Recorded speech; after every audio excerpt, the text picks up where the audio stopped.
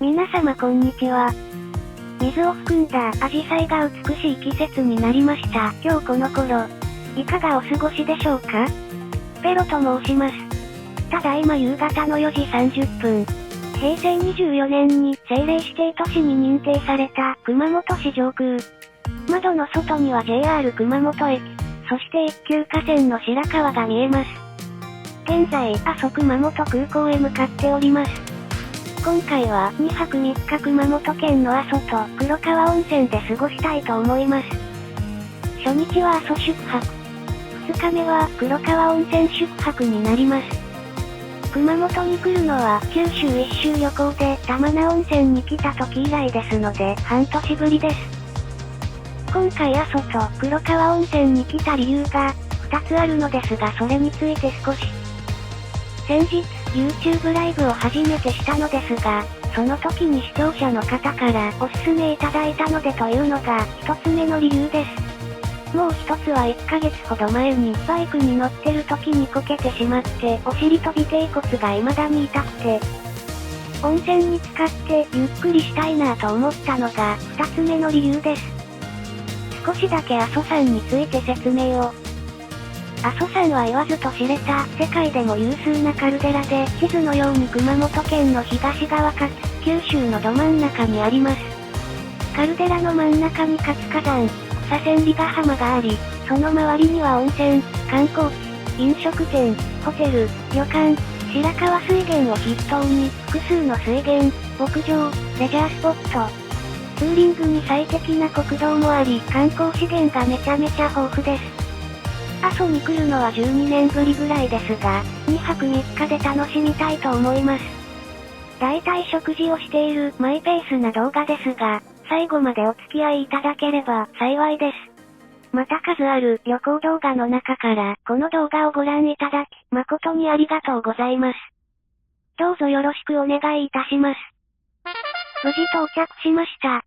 ANA の皆様、安全かつ定刻運航感謝いたします。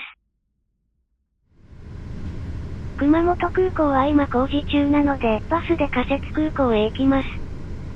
それではレンタカーを借りに行きます。借りました。今夕方の5時半で中途半端な時間なので、とりあえず行きたい観光地があるので、そこに行ってから晩ご飯を食べたいと思います。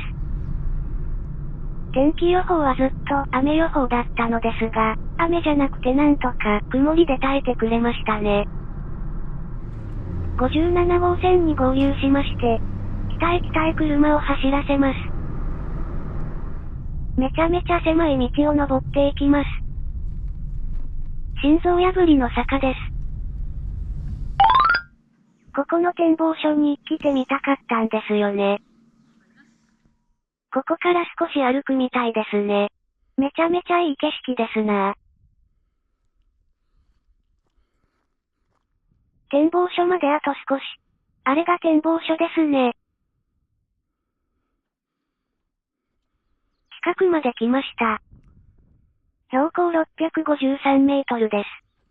これはおしゃれな橋がかかっていますなぁ。先っちょまで行きましょう。阿蘇市が一望できるロケーションです。左の山の向こうは南小国町、産山村、黒川温泉です。右側の向こうは西原村や大津町です。それじゃあ駐車場へ戻ります。駐車場に戻ってきました。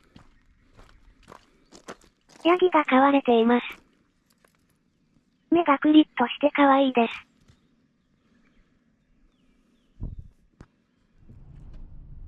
それじゃあ坂道を下っていきます。窓を開けると草の匂いがして癒されます。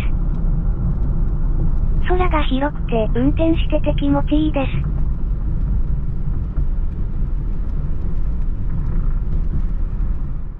さてさて、そろそろ晩ご飯を食べに行きたいですね。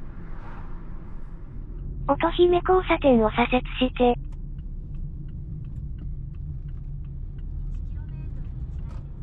10分ほど走りまして、こちらの居酒屋さんで晩ご飯を食べたいと思います。飲み物は下の炭酸水にしました。炭酸水を注ぎまして。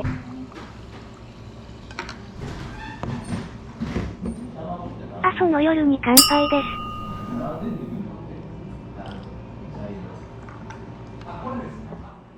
お通しのナスのおひたしを。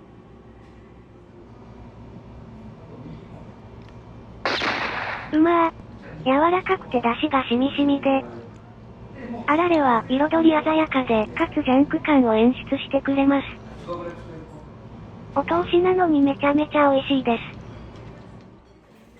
生活習慣病予防のため、豆腐サラダを。水菜とレタスがシャキシャキして、豆腐はめちゃめちゃ滑らかで。プチトマトはジューシーです。一つ一つの素材が丁寧なサラダです。特に豆腐が最高です。八代産ちくわの磯辺揚げ。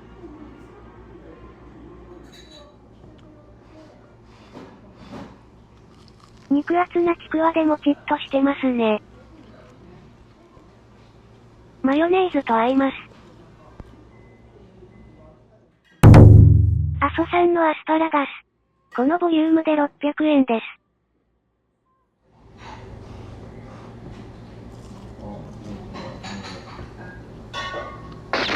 衣がカリッとして、アスパラをかじるとみずみずしくて、そして大地の香りがします。咀嚼するとほのかな苦味が鼻孔を爽やかに突き抜けていきます。阿蘇の大地の恵みと春を感じる一品です。カレー塩をつけて食べると甘さが際立ってさらに美味しくなります。これはいくつでも食べれちゃう料理です。赤牛の焼きしゃぶです。完璧に焼かれた赤牛は初めてです。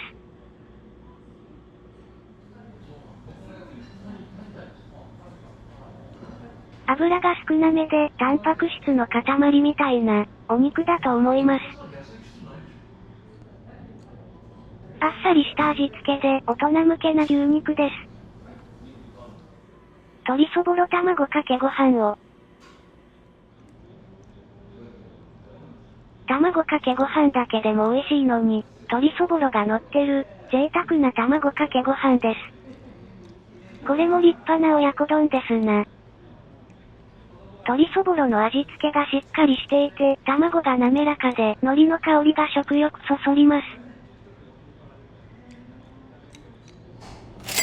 次回はランチもぜひ利用させていただきたいです。ごちそうさまでした。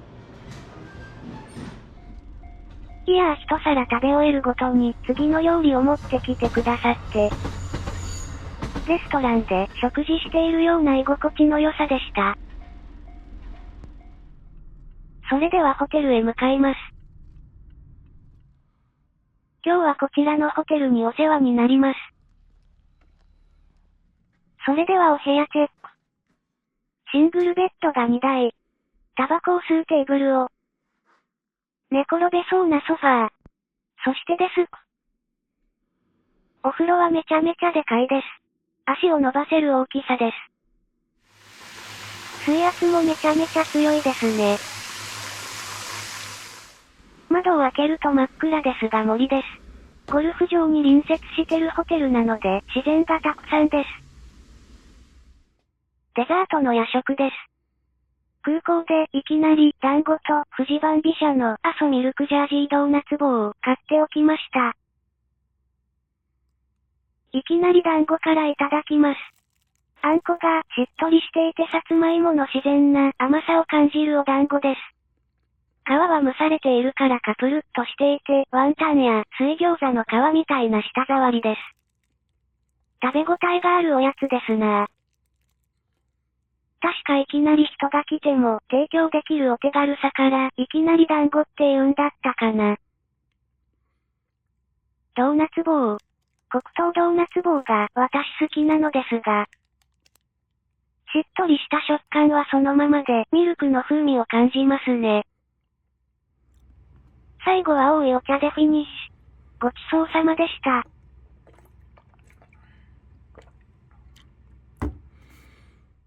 それではおやすみなさい。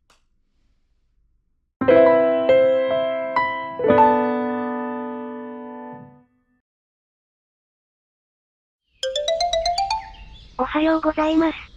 朝の9時です。チュンチュン鳥の鳴き声で目が覚めました。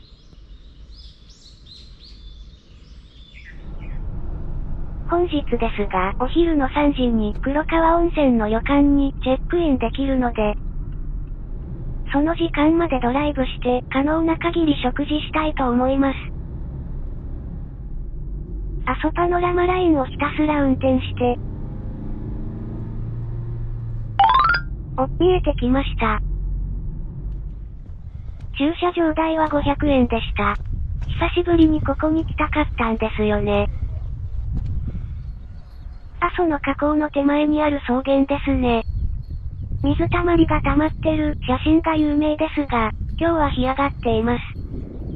お馬さんが待機していましたが、10時からしか乗れないみたいです。空が綺麗ですなぁ。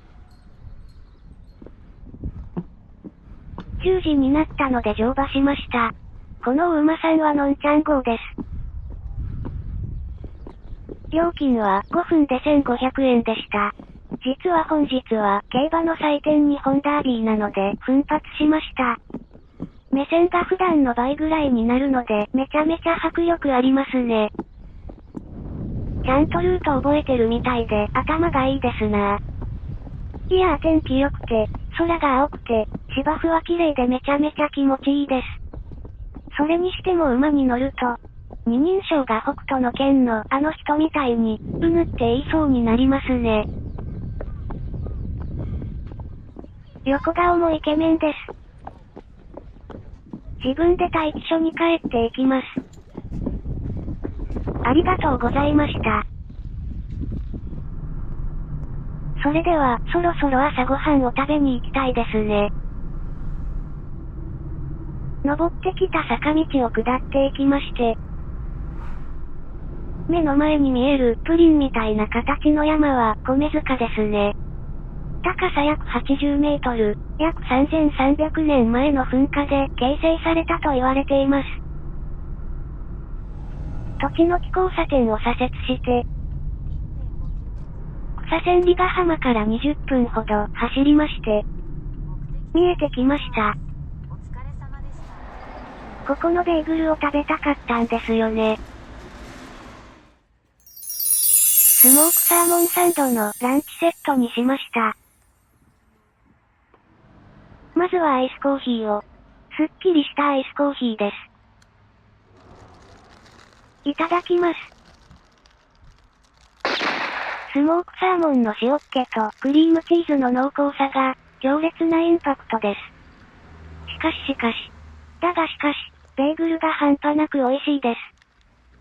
ベーグルが焼かれていてカリッとした食感からの顎に力を入れるとめちゃめちゃもちもちしていますね。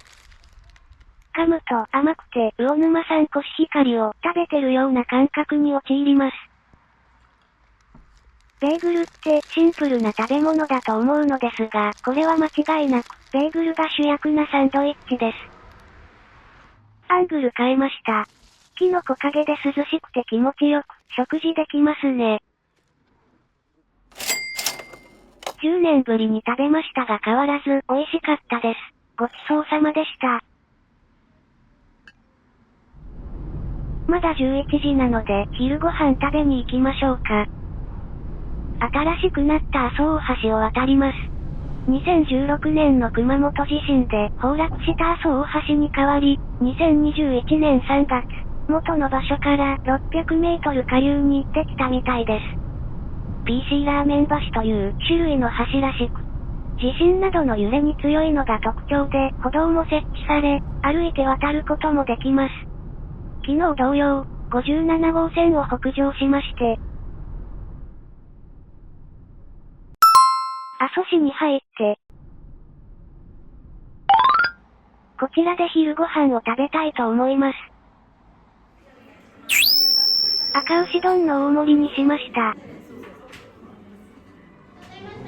いただきます。初手の味噌汁をいただいて。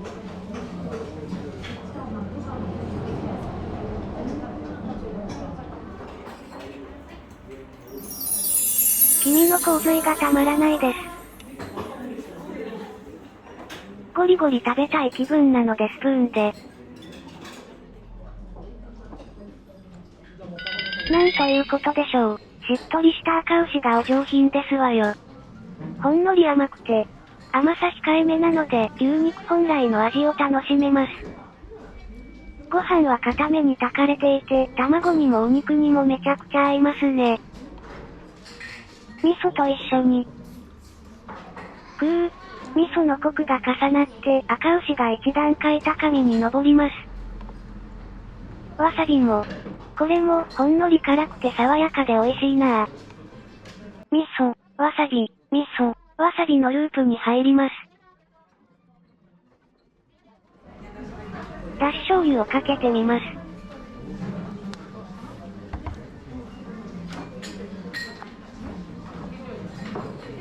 卵、ご飯、だし醤油、そして赤牛。中トロの鉄火丼を食べているような感覚になりますね。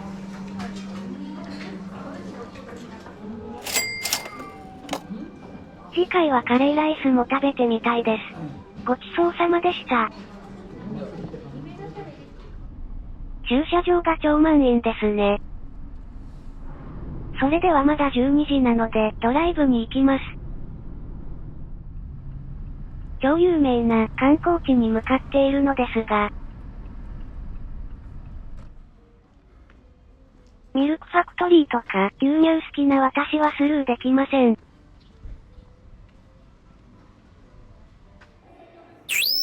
バウムソフトを注文しました。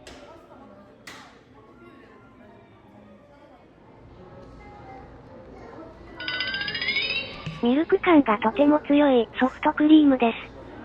ミルク感は強いですが、乳脂肪分はそこそこなのかな。舌触りも優しくて天使のように繊細で悪魔のように大胆なソフトクリームです。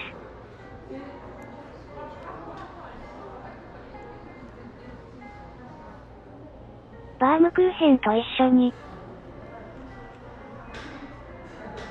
バームクーヘンのバターの香りがソフトクリームのミルク感を後押し。これは乳製品の2段ロケット。バームクーヘンの真ん中の穴にもしっかりソフトクリームが入っているので、最後までソフトクリームを楽しめますね。大変美味しゅうございました。ごちそうさまでした。カフェの建物の横にバラ園がありました。気持ちだけ募金させていただきます。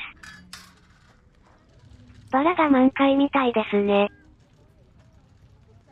それじゃあトンネルをくぐってみましょう。これはなかなか迫力ありますね。艶やかな色で綺麗なお花たちです。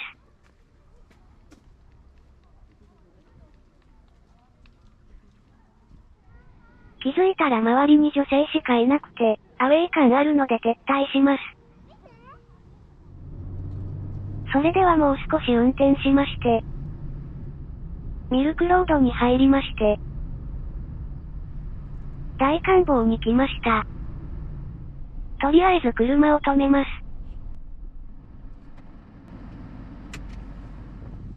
標高936メートルなのでめちゃめちゃ景色がいいです。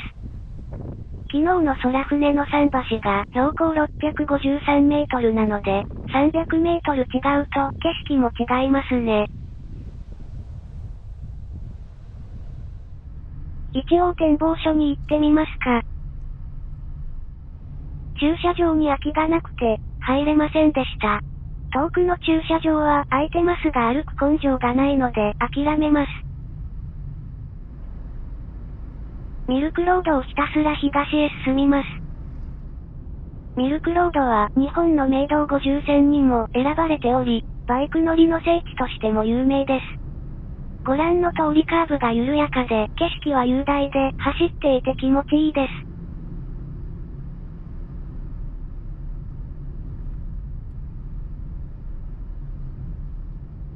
ミルクロードから国道11号線へ、通称山並ハイウェイを北上します。山並ハイウェイも日本の名道50選に選ばれており、ミルクロードと並んで有名な国道です。南は阿蘇市一宮町から道路が始まり、北は大分県の湯布院まで、全長 50km の国道です。こちらも雄大な景色です。北海道の美瑛町のセブンスターの木があるあたりもこんな景色だったような気がします。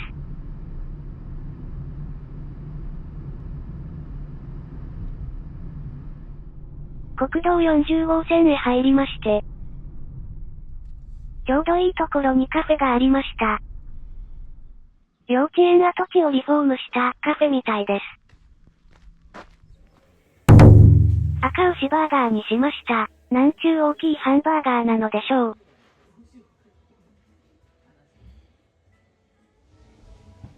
一回潰そうとしたけど、無理ですね。これはかぶりつけなさそうなので、ナイフとフォークでいただきます。パティの中が赤いですが。うおー、肉のうまさが口の中に溢れます。めちゃめちゃ絶妙な焼き加減です。赤身の味が強いのが赤牛なので、ひき肉で火を通すと硬くてパサパサになるのでは。そんな風に考えていた時期が私にもありました。赤牛丼と同じくらい赤牛の美味しさを引き出したパティです。バンズも、表も裏も焼かれていて、ごまが香ばしくて。レタスもシャキッとしています。ソースはあっさりしたソースで素材の味を楽しむハンバーガーかと。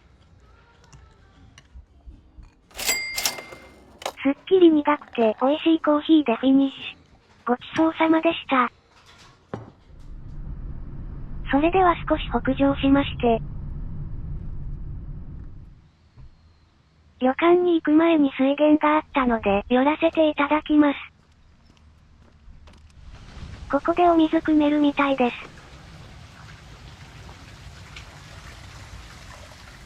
気持ちだけですが募金させていただきます。それではお水を汲みます。強烈な水圧です。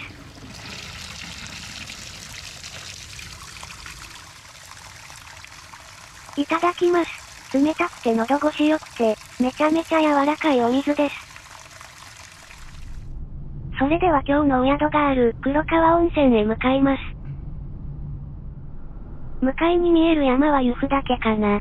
もうこの辺りまで来ると大分県のすぐ近くですね。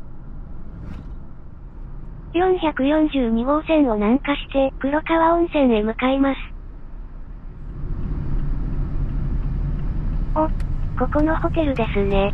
強烈に右折して、今日はこちらの旅館にお世話になります。渡り廊下を通ってお部屋に行きます。川の上を通るとかもはやアトラクション。お部屋チェック。まず玄関が広いですね。お部屋は手前が畳の部屋で奥がベッドの寝室です。和洋室2というお部屋です。窓からの景色は川が見えますね。川の水が流れる音に癒されます。この座布団が商店の座布団みたいにふかふかです。取説を読みます。ふむふむ。24時間入れるお風呂もあるみたいですね。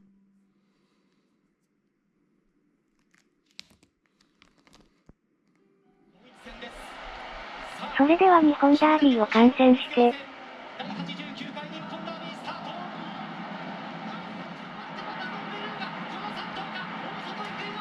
私の本命は7番人気の3番アスクビクターモアです。私の本命、7番人気の副賞が当たりました。1000円が4100円になりました。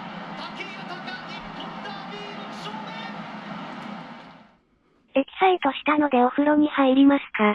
岩風呂という家族風呂を使います。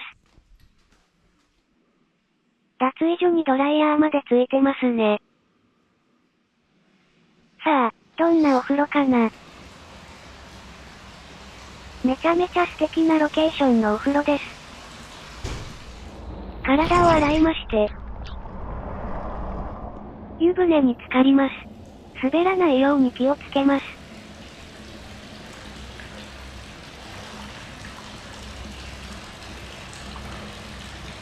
柔らかい泉質でほっこりします。川の音が風流で、外の景色は緑の明るさが美しいです。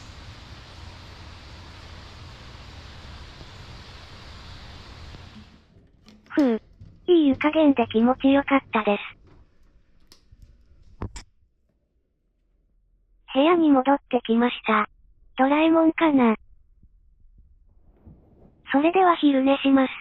おやすみなさい。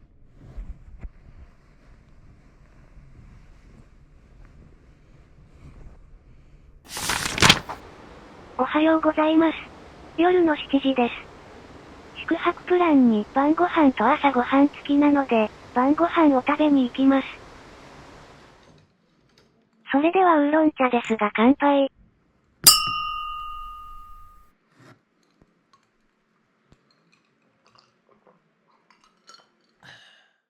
メニューはこんな感じです。コース料理になっています。いただきます。まずはお吸い物を。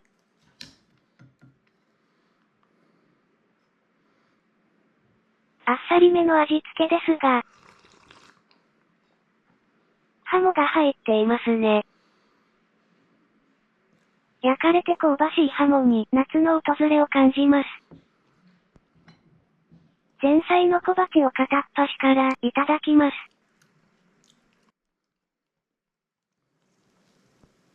お刺身もいただきまして。ちなみにこんな感じの個室で晩ご飯をいただいています。溶岩でまずは野菜から焼いていきます。ぼちぼちお肉焼いていきましょう。アジサイ牛という牛らしいです。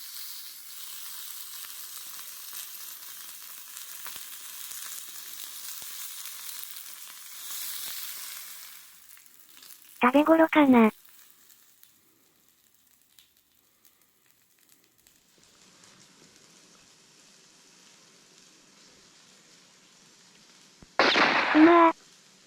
ガツンと油が美味しくてめちゃめちゃご飯が進むお肉です。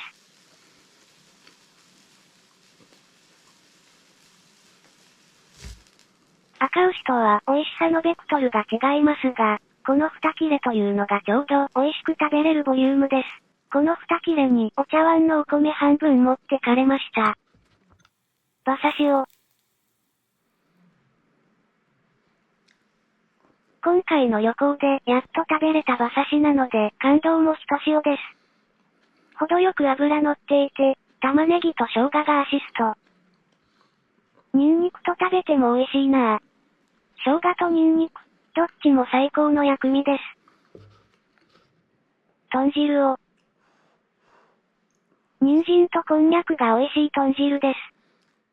山菜の天ぷらとヤマメの塩焼きと焼きリンゴの上に味噌とエビとくるみなんかが乗っかってます。山菜の天ぷらから、今食べてるこの先が丸まってる山菜は、多分わらびかな。これが苦味があってめちゃめちゃ美味しかったです。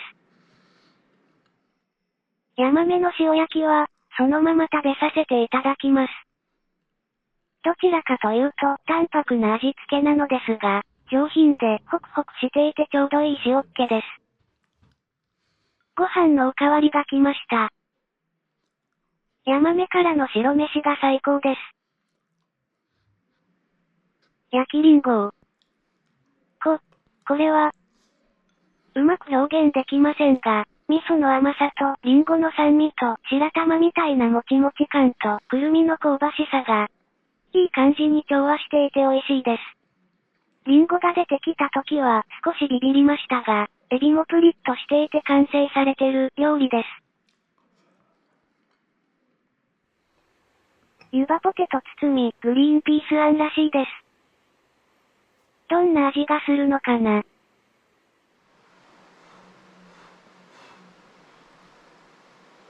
湯葉は香ばしくて、ポテトのホクホク感の中に甘みを感じますね。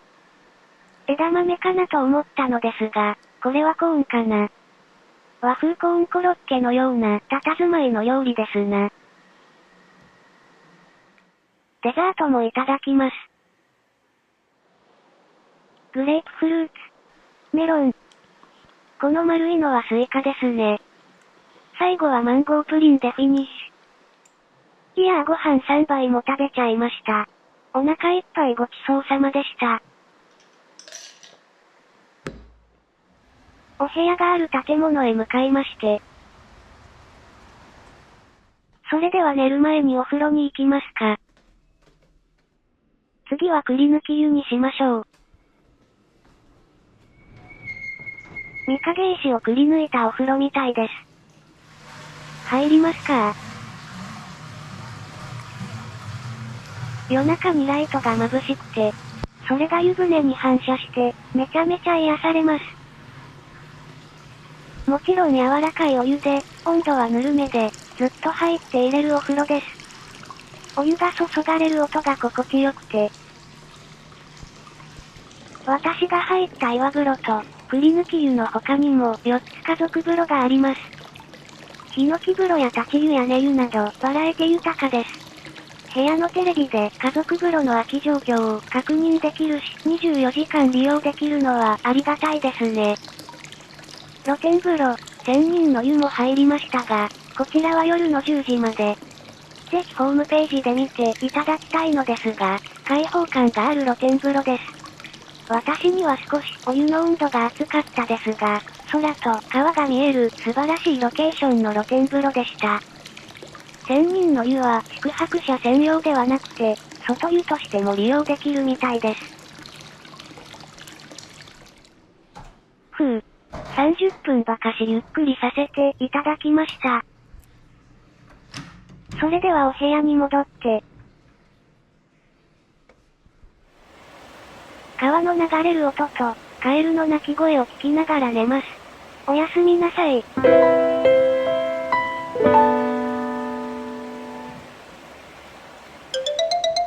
おはようございます。最終日の朝7時です。とりあえず、朝ごはんを食べたいと思います。めちゃくちゃ品数が豊富な朝ごはんです。いただきます。サラダ、明太子、切り干し大根、豆腐、どれも美味しかったのですが、私個人的にはですが、今食べている蒸し野菜が一番好みでした。茶碗蒸しもいただきまして、ごちそうさまでした。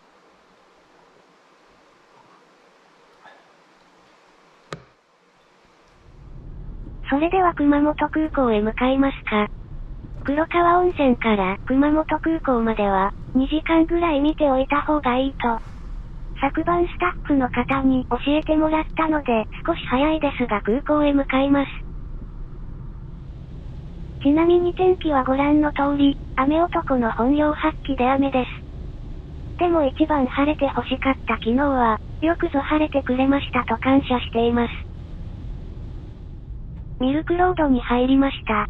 ひたすら西へ走っています。雨もですが霧も強烈です。空港の近くの西原村へ来ました。なんやかんや1時間30分くらいでしたね。レンタカーを返して阿蘇熊本空港。右手は国際線ターミナル。画面中央は現在工事中の国内線ターミナルです。2023年にリニューアルオープンなのでまた見に来たいですね。こんな写真がありました。この写真によると制限エリア内が充実した空港になるみたいですね。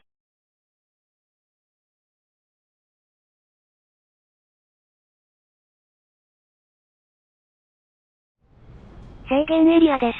今は那覇空港第2ターミナルのような佇まいです。あとは飛行機に乗るだけです。それではそろそろお別れの時間ですね。少しレビューをさせていただきたいと思います。阿蘇周辺をプラプラするのは多分12年ぶりかな。めちゃめちゃ久しぶりでしたが、大満足な旅になりました。アスパラガス、赤牛丼、ハンバーガー、アジサイ牛、ヤマメなど全部美味しかったのですが、大好きだったベーグルが、昔と変わらずに美味しかったのが嬉しかったです。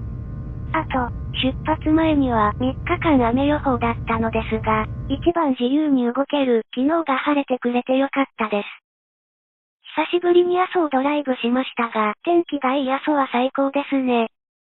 あと、旅館に泊まるのは久しぶりですが、食事も美味しくて、お風呂は全部で5回入りに行きました。バイクの怪我も気持ちですが、楽になったような気がします。それではそろそろお別れの時間ですね。いつも最後までご視聴いただき、誠にありがとうございます。新緑が美しい草千里ヶ浜と風に吹かれて流れる雲とともに失礼いたします。次回もお会いできれば幸いです。